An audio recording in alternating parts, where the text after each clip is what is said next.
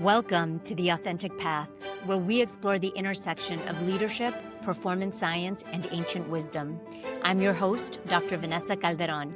I'm a Harvard-trained physician and healer with over 20 years of leadership and business development experience.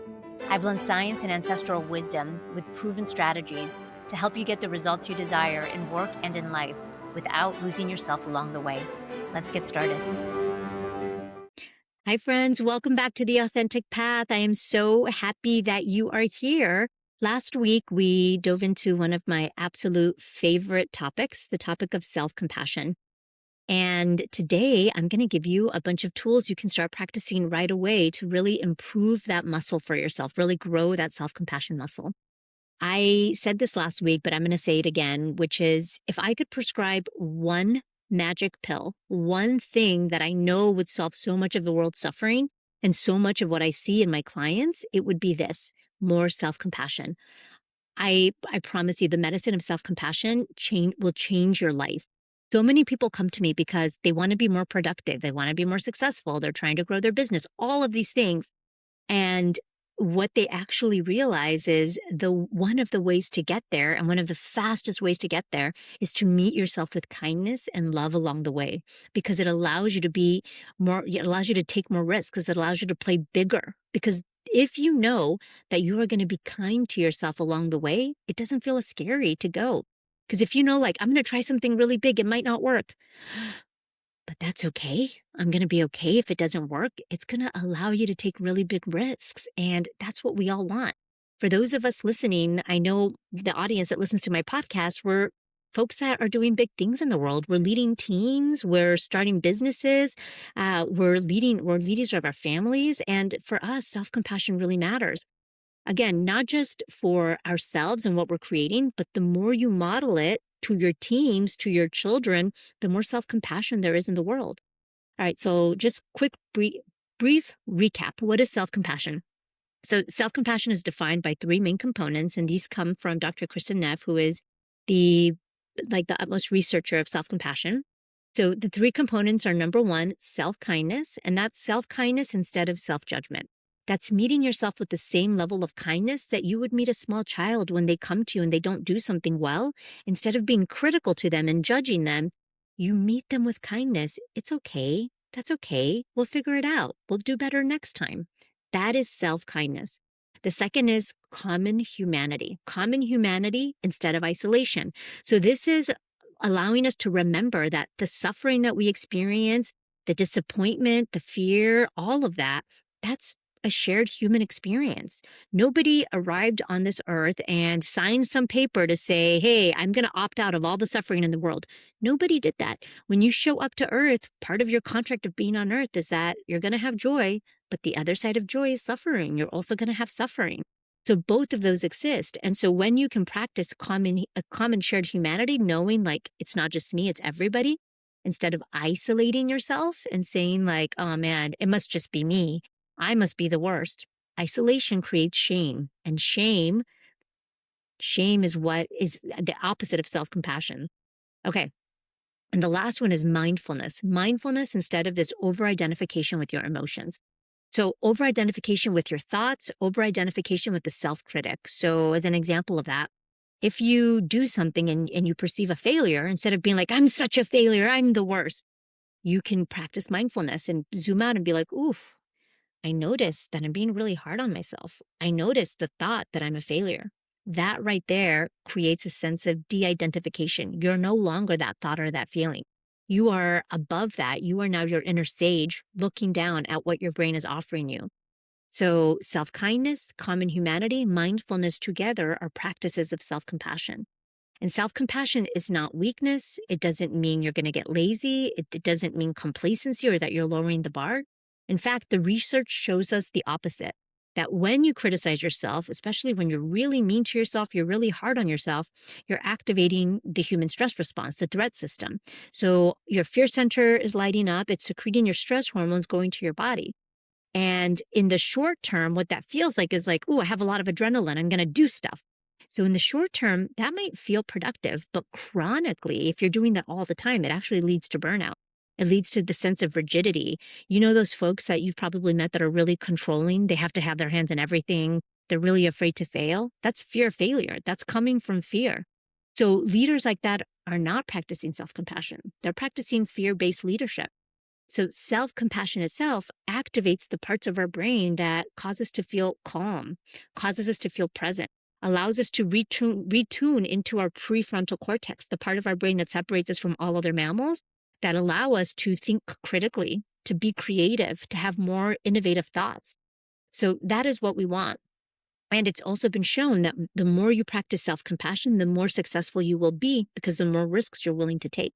So self-compassion is really important for your life because you will feel better. You're going to be able to have more compassion for people around you. You're going to be kinder for people around you, because the kinder you are to yourself, the kinder you will be to others around you. The less judgmental you are to yourself, the less judgment you're going to have for others. You're going to feel kinder. Your relationships are going to improve, and you will be more successful in the long term.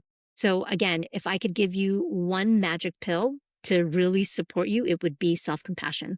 So today I'm going to give you a bunch of practices that you can start incorporating into your life. So my invitation to you is listen to all of these and then go back and choose one. Choose one that really resonates with you, that feels like, oh, that's pretty easy. I can start doing that now. And then just start to practice it regularly and just notice. Notice what changes for you. Okay, so the first one is a self-talk reset. So this one talks about the third tenet, mindfulness. So when something is going wrong, let's say you had a bad patient outcome, your launch didn't work appropriately, your team missed a goal, or there was a conflict. What you want to do is you want to notice the internal voice. The first might be something like, I'm such a failure. What was I thinking? I can't stand those people. They're such idiots. Whatever it is, the first thoughts, okay? Those first thoughts, notice, those are usually instinctive first thoughts that are not necessarily true, but it's something we're just used to practicing. Those thoughts, are they sharp? Probably. Are they punishing? Probably. So what we want to do instead is we want to just zoom out and notice.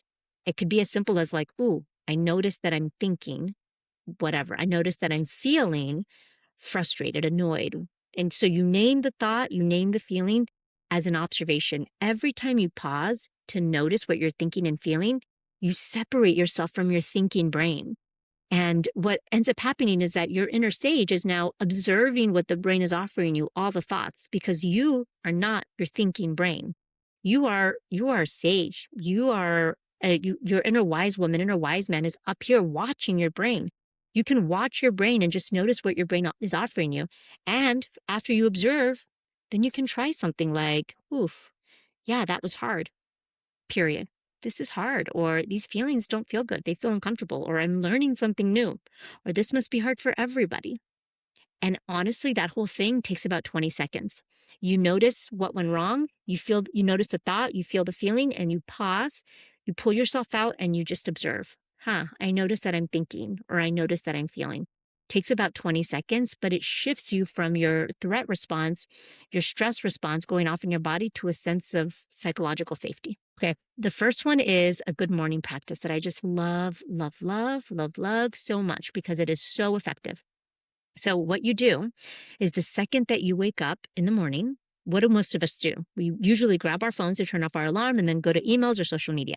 So I'm going to ask, turn off your alarm, but before you do anything else, before you even get out of bed, you're going to put your right hand over your heart and you're just going to leave it there. Take 3 breaths or just 1 breath. And all you're going to say is, good morning. This is what I say. Good morning, Vanessa. I love you. And that's it. So you can just say, good morning, Vanessa. And if you're open to it, you can go all the way. Good morning, Vanessa. I love you. Of course, say your name, not mine. You can say other things too, like, good morning, Vanessa, I'm here for you. Or good morning, Vanessa, we're going to have an amazing day together today. Whatever it is, but you want to just pause, leave your hand over your heart for about 10 to 20 seconds. That exercise of just putting your right hand over your heart, that secretes oxytocin. Oxytocin is the same hormone that gets secreted when a mother is bonding with her baby. So it creates self-intimacy for us. Plus, oxytocin is also cardioprotective. It protects the heart. It increases our vasodilation of our heart. So it protects the heart. So 2 practices, right hand over the heart, and then just 1 kind statement. Good morning, Vanessa. I love you. Try that. Just try it for 7 days and just start to notice how you feel. It is so simple and so effective. Okay, the third might sound silly, but it is so good. It's just acknowledgments, self-acknowledgments. And this is like self-acknowledgement in the mirror. So when I was going deep into self-compassion, I'm like, man, I'm gonna do everything I can because I didn't realize how much I was lacking self-compassion. So what you want to do is whenever you go wash your hands in the bathroom or you're walking by a bathroom, just pause and notice one good thing. Because what do we often do when we look at ourselves in the mirror? We notice what's wrong.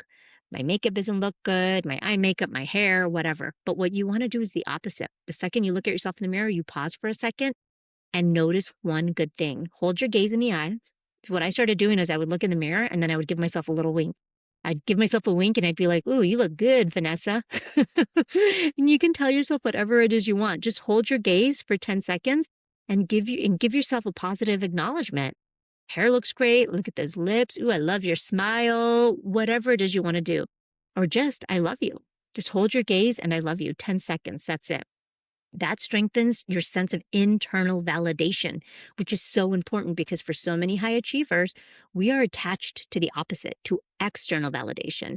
And that is what we are trying to work our muscles to work against. We don't want the external validation. We want to be able to feel good and feel secure with just who we are as people. We don't want to always need the validation externally from outside of us. And the way you build internal validation is by validating yourself over and over and over again until it just sticks, until it just becomes a practiced habit. Because all of these things I'm teaching you, what they're all doing is they're creating neural pathways. They're creating a new thought feeling loop in your brain.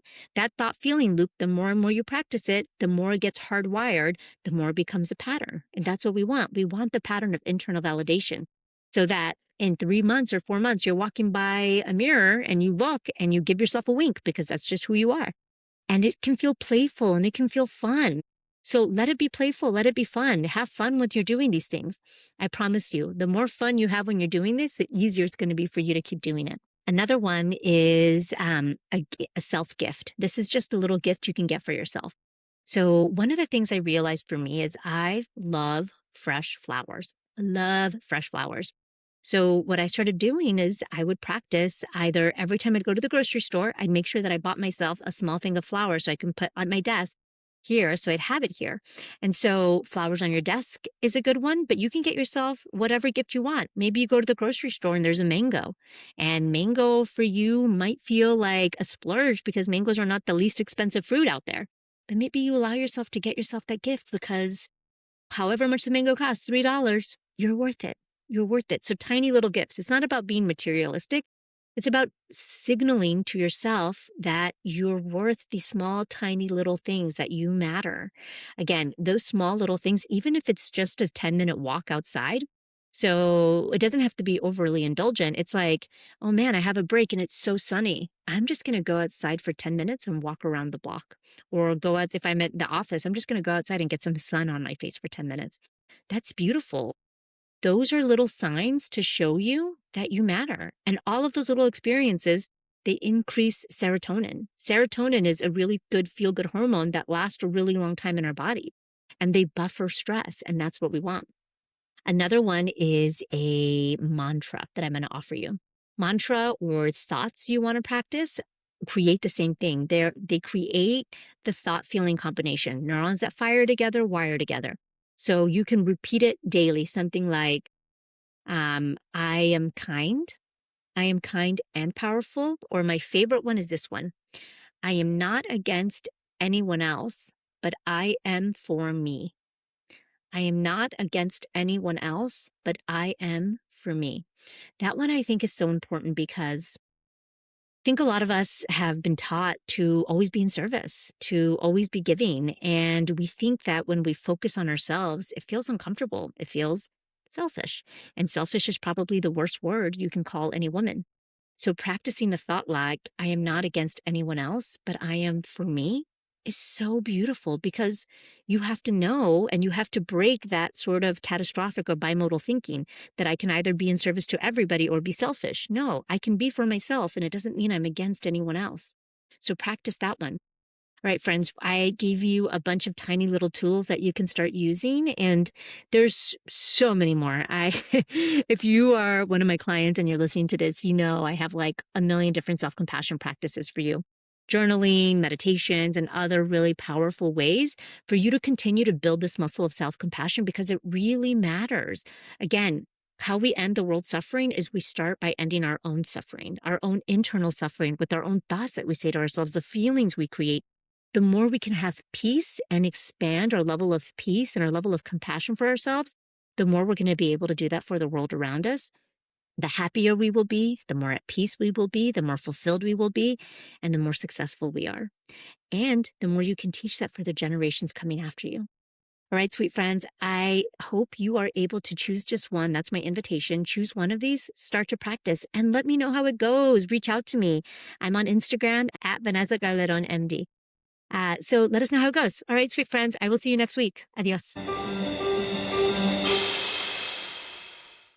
Hey, friends, if this episode resonated, please take a quick second and leave a review, share it with a friend, or post it to your community. It's how we keep helping others who are walking a similar path, and how together we grow the movement of consciousness in business, leadership, and life. Thank you again for being here, and I'll see you next week.